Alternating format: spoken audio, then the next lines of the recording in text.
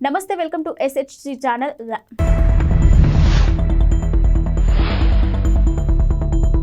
సంక్రాంతి అనంతరం జిల్లాలో నారా లోకేష్ పర్యటన.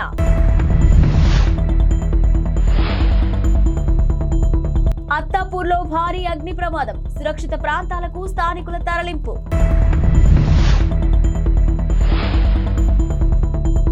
మహాలక్ష్మి పథకం ఎఫెక్ట్, పురుషుల కోసం ప్రత్యేక బస్సులు. ఏపీలో ఎన్నికలు సమీపిస్తున్న తరుణంలో టీడీపీ జాతీయ ప్రధాన కార్యదర్శి నారా లోకేష్ మరో కీలక నిర్ణయం తీసుకున్నారు. ఇక సంక్రాంతి తర్వాత ఆయన జిల్లాల వారీగా కార్యకర్తలతో భేటీ కానున్నారు. ఇక మొత్తం 40 రోజుల పాటు ఈ కార్యక్రమం నిర్వహించేలా ప్రణాళికలు రూపొందించుకున్నారు. ఇక యువగలం పాదయాత్రలో నారా లోకేష్ ఇప్పటి వరకు 97 నియోజకవర్గాలను సందర్శించిన విషయం తెలిసిందే. ఇక తాజా కార్యక్రమంలో మిగతా జిల్లాలపై దృష్టి పెట్టనున్నారు. ఈసారి ప్రధానంగా పోల్ మేనేజ్మెంట్ పై దృష్టి సారించనున్నారు. బూత్ లెవెల్, మండల స్థాయి, అనుబంధ సంస్థల కమిటీలతో సహా సంస్థాగత వ్యవహారాలపై సమీక్షలు నిర్వహించనున్నారు. కాగా దాదాపు 11 నెలల విరామం తర్వాత సొంత నియోజకవర్గమైన మంగళగిరిలో లోకేష్ తాజాగా పర్యటించారు. ఇక ఈ సందర్భంగా పలువురు తటస్థ ప్రముఖులను కలిసి నియోజకవర్గంలోని ప్రస్తుతం నెలకొన్న పరిస్థితులు, రాబోయే జిల్లాల్లో చేపట్టాల్సిన అభివృద్ధి ప్రణాళికలపై చర్చించారు. హైదరాబాద్ లో తరచూ జరుగుతున్న అగ్ని ప్రమాదాలు ఆందోళనకు గురి చేస్తున్నాయి. ఇటీవల జరిగిన ఓ ప్రమాదంలో ఆసుపత్రి మొత్తం బూడిద కుప్పలా మారింది. ఇక తాజాగా అత్తాపూర్ పోలీస్ స్టేషన్లోని సులేమాన్ నగర్, MM పహాడిలోని ఓ కట్టెల గోడౌన్లో ఈ తెల్లవారుజామున భారీ అగ్ని ప్రమాదం సంభవించింది. మంటలు పక్కనే ఉన్న స్క్రాప్ దుకాణానికి అంటుకోవడంతో స్థానికులు భయభ్రాంతులకు గురయ్యారు. మంటలకు తోడు దట్టమైన పొగలు కమ్ముకోవడంతో ఊపిరి తీసుకోవడంలో ఇబ్బందులకు గురయ్యారు ప్రజలు. ఇక ప్రమాదంపై సమాచారం అందుకున్న అగ్నిమాపక సిబ్బంది వెంటనే ఘటనా స్థలానికి చేరుకొని మంటలు అదుపు చేస్తున్నారు. మరోవైపు స్థానికులను పోలీసులు సురక్షిత ప్రాంతాలకు తరలిస్తున్నారు. ఈ ప్రమాదంలో ఆస్తి నష్టం భారీగా జరిగిందని అంచనా వేస్తున్నారు. కేసు నమోదు చేసుకున్న పోలీసులు ప్రమాదానికి గల కారణాలపై ఆరా తీస్తున్నారు. మహాలక్ష్మి పేరిట తెలంగాణలో మహిళలకు ఉచిత బస్సు ప్రయాణ పథకం అమల్లోకి వచ్చాక ఆర్టీసీ బస్సుల్లో రద్దీ గణనీయంగా పెరిగిన విషయం తెలిసిందే. కొన్ని సందర్భాల్లో బస్సుల్లో వెనుక సీట్ల వరకు మహిళలే కనిపిస్తున్నారు. ఇక దీంతో సీటు దొరకని పురుషులు దిగి వెళ్లిపోతున్నట్టు ఇటీవల నిర్వహించిన ఆన్లైన్ మీటింగ్లో కండక్టర్లు ఆర్టీసీ MD దృష్టికి తీసుకెళ్లారు. ఈ నేపథ్యంలో ఆర్టీసీ కొన్ని రూట్లు సమయంలో పురుషుల కోసం ప్రత్యేకంగా బస్సులు నడిపే అంశాన్ని పరిశీలిస్తుంది. ఇక విద్యార్థులకు సైతం ప్రత్యేక బస్సులు నిర్వహించాలనే అంశాన్ని కూడా పరిశీలిస్తున్నారు. ఇక సీనియర్ సిటిజన్లకు తొలి ప్రాధాన్యం ఇవ్వాలని ఆర్టీసీ అధికారులు భావిస్తున్నారు. సమయాల వారీగా రద్దీపై పూర్తి సమాచారం వచ్చాక పురుషులకు, విద్యార్థులకు ప్రత్యేక బస్సులు నడపడం లేదా మహిళలకు మాత్రమే ప్రత్యేక బస్సులు నడపడం, ఇతర ప్రత్యామ్నాయాలపై చర్చలు జరుగుతున్నాయని ఆర్టీసీ వర్గాలు చెబుతున్నాయి. ఇక జీరో టికెట్ అని మహిళా ప్రయాణికుల్ని చిన్నచూపు చూడడం, వారి తరఫున ప్రభుత్వం ఆ ఛార్జీ చెల్లిస్తుంది. ఇక ప్రయాణికులకు ఇబ్బంది కలగకుండా పలు రకాల ప్రత్యామ్నాయాలపై దృష్టి పెట్టామని ఓ అధికారి తెలిపారు. ఏపీ ఆరోగ్యశ్రీ సేవల నెట్వర్క్ ఆసుపత్రుల యాజమాన్యాలు కీలక నిర్ణయం తీసుకున్నాయి. ఇక పెండింగ్ బిల్లుల పెంపు, చెల్లింపు, శస్త్రచికిత్సల ఛార్జీల పెంపు డిమాండ్లను పరిష్కరించకపోవడంతో ఈ నెల 29 నుంచి ఆరోగ్యశ్రీ సేవలను నిలిపివేస్తున్నామంటూ ఏపీ ప్రభుత్వానికి లేఖ రాశాయి. 29 నుంచి ఆరోగ్యశ్రీ కింద రోగులను చేర్చుకోబోమని స్పష్టం చేశాయి. ఇక డిసెంబర్ 15లోగా అన్ని సమస్యలను పరిష్కరిస్తామంటూ తమకు హామీ ఇచ్చి అమలు పరచలేదని ఆసుపత్రుల యాజమాన్యాలు ఆగ్రహం వ్యక్తం చేశాయి. దీంతో సేవలు నిలిపివేయాలని నిర్ణయించినట్టు పేర్కొన్నాయి. ఇక కాగా ఆసుపత్రులకు 1000 కోట్ల రూపాయల పెండింగ్ బిల్లులు చెల్లించాలని ఆరోగ్యశ్రీ నెట్వర్క్ ఆసుపత్రులు చెబుతున్నాయి. పలు శస్త్రచికిత్సలకు సంబంధించిన ఛార్జీలను పెంచాలని డిమాండ్ చేస్తున్నాయి.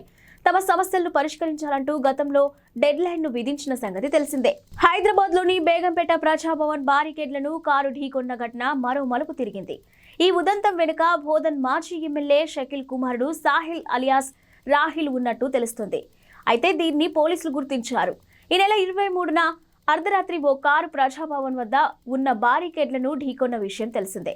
బోధన్ మాజీ ఎమ్మెల్యే షకీల్ తనయుడు సాహిల్ అతివేగంతో కారు నడుపుతూ ప్రజాభవన్ వద్ద బారికేడ్లను బలంగా ఢీకొట్టాడు. ఇక ఈ ఘటన జరిగిన సమయంలో కారులో 3 యువతులు కూడా ఉన్నారు.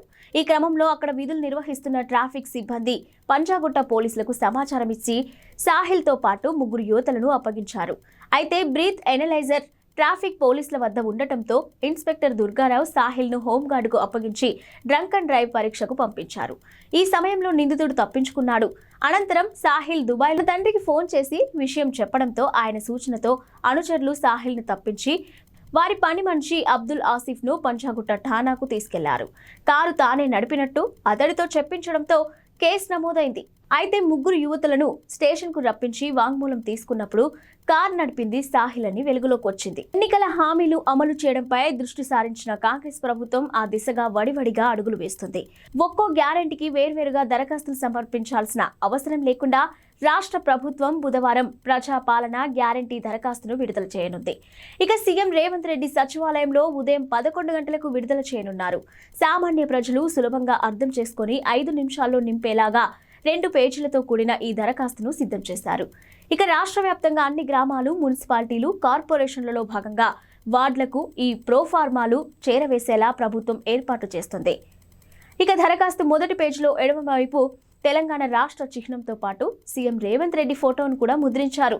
ఇక కుడివైపు అభయహస్తం సింబల్, డిప్యూటీ సీఎం బట్టి ఫోటోను కూడా ప్రింట్ చేశారు.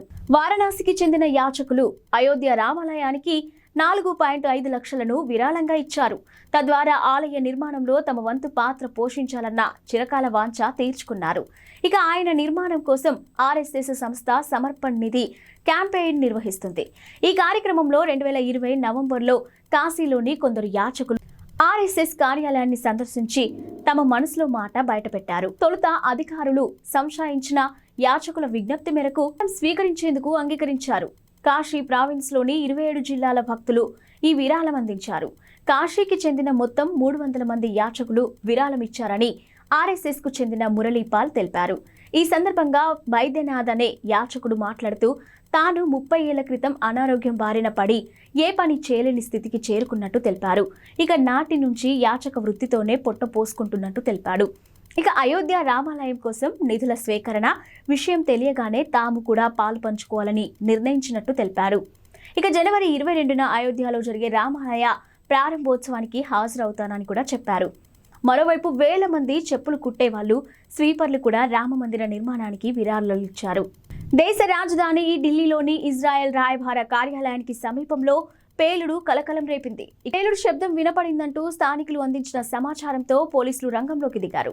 Dog squad, crime team, bomb disposal బృందాలతో సహా ఢిల్లీ పోలీసులు ఘటనా స్థలానికి చేరుకొని దర్యాప్తు మొదలుపెట్టారు. ఆ ప్రాంతాన్ని క్షుణ్ణంగా పరిశీలించగా రాయబార కార్యాలయానికి కొన్ని మీటర్ల దూరంలో ఉన్న ఓ ఖాళీ స్థలంలో ఓ లేఖను గుర్తించారు. ఇజ్రాయెల్ రాయబారిని ఉద్దేశిస్తూ ఈ లేఖ రాసి ఉండటంతో ఫోరెన్సిక్ ల్యాబొరేటరీ నిపుణులు కూడా ఘటనా స్థలానికి చేరుకొని పరిశీలించారు. ఇక లెటర్తో పాటు చుట్టి ఉన్న ఒక జెండాను కూడా గుర్తించారు. లేఖను సీజ్ చేశారు. ఘటనా స్థలంలో లభించిన వాటిని ఫోరెన్సిక్ పరిశీలన కోసం పంపించారు. ఈ ఘటనపై ఇజ్రాయెల్ డిప్యూటీ రాయబారి ఓహద్ నకాష్ కైనార్ ఒక వీడియోను విడుదల చేశారు. సాయంత్రం 5 గంటల తర్వాత రాయబార కార్యాలయానికి సమీపంలో పేలుడు సంభవించిందని అన్నారు. తమ సిబ్బంది, కార్మికులు అందరూ సురక్షితంగా ఉన్నారని వెల్లడించారు. ఈ ఘటనపై దర్యాప్తులో తమ భద్రతా బృందాలు ఢిల్లీ పోలీసులకు పూర్తి సహకారం అందిస్తున్నట్టు తెలిపారు. ఇక కాగా యూదుల కమ్యూనిటీ కేంద్రంగా ఉన్న సెంట్రల్ ఢిల్లీలోని పహర్గంజ్ ప్రాంతంలోని చాహత్ హౌస్ వద్ద పోలీసులు భద్రతను కట్టుదిట్టం చేశారు. సీసీ కెమెరాల ద్వారా పోలీసులు ఆ ప్రాంతాన్ని నిశితంగా పర్యవేక్షిస్తున్నారు. ఓ కేసులో బాధితురాలి పట్ల అసభ్యకరంగా ప్రవర్తించిన మియాపూర్ స్టేషన్ ఎస్ఐ గిరీష్ కుమార్ పై వేటు పడింది. ఆయన్ను సస్పెండ్ చేస్తూ సైబరాబాద్ కమిషనర్ అవినాష్ మహంతి ఆదేశాలు జారీ చేశారు. ఓ కేసు నిమిత్తం స్టేషన్ కు తరలివచ్చిన ఓ బ్యూటీషియన్ ఫోన్ నంబర్ తీసుకుని ఎస్ఐ ఆమె వెంటపడి అసభ్యకరంగా ప్రవర్తించినట్టు విచారణలో తేలడంతో ఈ చర్య తీసుకున్నారు. ఇక ఈ మేరకు మంగళవారం ఆదేశాలు జారీ చేశారు. కాగా వ్యాపారం పేరుతో తన స్నేహితుడు 6 లక్షల రూపాయలు తీసుకుని మోసం చేశాడని, తిరిగి ఆ డబ్బు ఇవ్వడం లేదంటూ బాధిత బ్యూటీషియన్ మియాపూర్ ఠాణాలో చీటింగ్ కేసు పెట్టింది. నిందిత వ్యక్తి నుంచి డబ్బులు ఇప్పించడంతో కేసు ముగిసింది. కానీ ఎస్ఐ గిరీష్ కుమార్ బాధిత మహిళ పట్ల అసభ్యకరంగా ప్రవర్తించాడు. ఇక వెంటపడి వేధిస్తూ ఉండటంతో బాధిత మహిళ నేరుగా సిపికి ఫిర్యాదు చేసింది. దీంతో ఎస్ఐపై సస్పెన్షన్ వేటు పడింది. అయోధ్య రామ మందిర నిర్మాణంలో మన హైదరాబాదీ కంపెనీ భాగస్వామ్యం కూడా ఉంది. ఇక గుడి ప్రధాన ద్వారంతో పాటు ఇతర తలుపులను తయారు చేసే అవకాశం సిటీలోని కంటోన్మెంట్ ఏరియాలో ఉన్న అనురాధ టింబర్ ఎస్టేట్ కు దక్కింది. గుడి తలుపుల తయారీ కాంట్రాక్ట్ ను దక్కించుకున్న ఈ కంపెనీ అయోధ్య రామ మందిర పరిసరాల్లో ప్రత్యేకంగా వర్క్ షాప్ ను ఏర్పాటు చేసి మరీ పనులు చేస్తుంది. మొత్తం 300కు పైగా ద్వారాలు తయారు చేయాల్సి ఉందని, ఇప్పటికే 118 ద్వారాలు తయారయ్యాయని కంపెనీ నిర్వాహకులు చెదల్వాడ శరత్ బాబు తెలిపారు. ఇక ఇటీవల యాదాద్రి పునర్నిర్మాణంలోనూ తాము పాలు పంచుకున్నామని చెప్పారు. యాదాద్రి లక్ష్మీ నరసింహస్వామి గుడికి ప్రధాన ద్వారాలు రూపొందించింది తామేనని వివరించారు. ఇక రామాలయానికి ద్వారాలను రూపొందించేందుకు చాలా కంపెనీలు పోటీ పడ్డాయి. అయితే ఆలయ ద్వారాలు తయారీలో అనుభవం ఉన్న యాదాద్రి ద్వారాలను నాణ్యతను పరిశీలించిన అయోధ్య ట్రస్ట్ సభ్యులు అనురాధ టింబర్ ఎస్టేట్ కు పనులు అప్పగించారు. ట్రస్ట్ ప్రధాన కార్యదర్శి సంపత్ రాయ్ ఆదేశాలు ఇచ్చినట్టు డిజైన్ మేరకు ద్వారాల తయారీ పనులు ప్రారంభించినట్లు శరత్ బాబు వివరించారు. ఇందుకోసం ఆలయ పరిసరాల్లోనే ప్రత్యేకంగా వర్క్ షాప్ ను ఏర్పాటు చేసుకున్నామని తెలిపారు. ఇప్పటికే పూర్తయిన ద్వారాలను జనవరి 1న బిగించే ఏర్పాట్లు చేస్తున్నట్లు పేర్కొన్నారు. తలుపుల తయారీ కోసం మహారాష్ట్రలోని బల్లర్షా నుంచి ప్రత్యేకంగా టేకు కలపను తెప్పించినట్లు తెలిపారు.